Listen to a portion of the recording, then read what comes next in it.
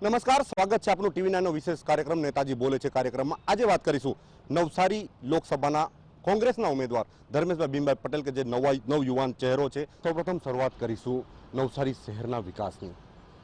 સ્થાનિક મુદ્દાઓ કયા કયા છે? ખાસ કરીને ઘણા એવા બધા મુદ્દાઓ છે તે આપણે નવસારી નથી, જેવા કે આપણે નવસારીમાં એ લોકોએ નુડા જાહેર કર્યું, ટ્વિન સિટી જાહેર કર્યું, બાદમાં એ લોકો હદ વિસ્તરણ લાવ્યા, એટલે ખાલી કાગળ પર જ એ લોકોના બધા વાયદાઓ છે બધા।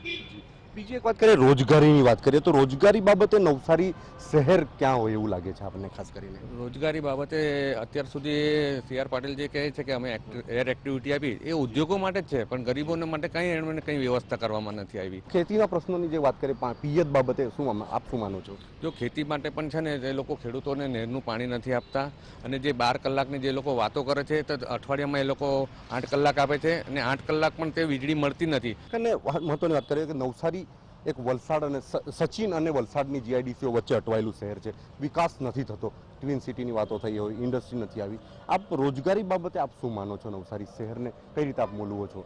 આજે નવસારી શહેરમાં જે મિલો હતી તે પણ બંધ થઈ ગઈ, એટલે રોજગારી માટે લોકોએ મુંબઈ તરફ પ્રયાણ કરવું પડે છે, અને મુંબઈ તરફ નોકરીએ જાય છે બધા, એટલે જે રોજગારીની જે તકો ઊભી કરવી છે તે કંઈ કરી જ નથી એ લોકોએ। બરાબર છે।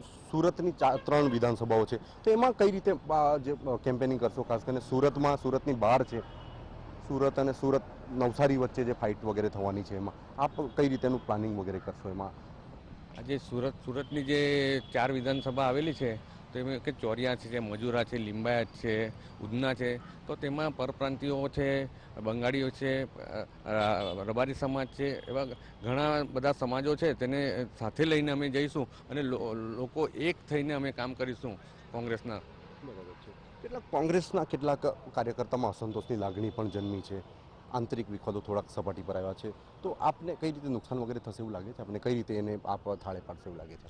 જો ઘરમાં વાસણ હોય તે થોડા ખખડતા હોય છે, પણ તે બધા સાથે મળીને અમે કામ કરીશું। જે ખાસ કરીને લોકલ રાજનીતિમાં રાષ્ટ્રીય મુદ્દાઓ કઈ રીતે કામ કરશે એવું લાગે છે આપણે? ખાસ કરીને હવે આજે કંઈક મહિને લોકોને પૈસા આપવાની વગેરે વાત થઈ છે, એ રાષ્ટ્રીય મુદ્દાઓ સ્થાનિક રાજકારણમાં કેટલા અસરકારક રહેશે? કોંગ્રેસે જે હમણાં અત્યારે જે યોજના બહાર પાડી છે, જેવી કે મહિનાની 6,000 રૂપિયા જે યોજના મૂકી છે, તો ભાજપ સરકારે જે યોજના મૂકી છે તે વર્ષના 6,000 રૂપિયા, એટલે માણસને એક દિવસના મિનિમમ 2.5 રૂપિયા જેવા મળશે, તો એ મજાક સમાન છે। છેલ્લે મહત્વની વાત એ કે લોકોને કઈ રીતે આપ મતદાન કરવા માટે ખાસ કરીને અપીલ કરશો?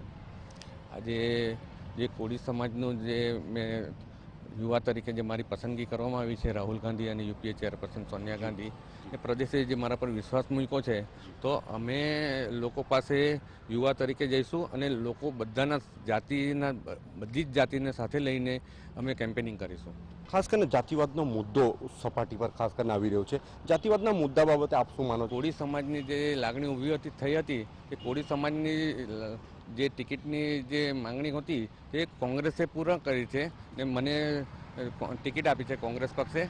તો 1980માં જ્યારે શ્રીડી પટેલ હતા, અને નવસારી લોકસભા જ્યારે બની, પછી જે નવસારીનો લોકલ ગુજરાતી ઉમેદવાર તરીકે જે મારી પસંદગી કરવામાં આવી છે, એટલે લોકો હવે લોકલ ઉમેદવાર તરીકે પણ મને જરા સારો એવો પ્રતિભાવ આવશે, અને જે કોળીના આગેવાનો જે 30 વર્ષ 40 વર્ષ થવાના, તો ત્યાં કોઈને ટિકિટ નહીં આપેલી, તો આજે મને કોળી ઉમેદવાર તરીકે ટિકિટ આપી છે, તો કોળીના સમાજના લોકો મારા પર વિશ્વાસ કરે, અને બીજા જ્ઞાતિના લોકો પણ મને મત આપશે, અને ભવ્ય જંગી બહુમતીથી વિજય બનાવશે। તો સમગ્ર જે કંઈક ગુજરાતની રાજનીતિમાં હવે 26 લોકસભા સીટ પર ભાજપ અને કોંગ્રેસ આમને સામને આવી ગયા છે, નવસારીના ઉમેદવારો પણ સજી ધજીને તૈયાર થઈ ગયા છે, તેવા સમયે હવે મતદારો પર સમગ્ર મદાર ટકી રહ્યો છે। મતદારો કઈ દિશામાં મતદાન કરે છે એના પર સૌ કોઈની નજર મંડાયેલી છે, અને મતદાન કરવા માટે લોકોમાં પણ તત્પરતા દેખાઈ રહી છે। નિલેશ ગામિત, TV 9 નવસારી।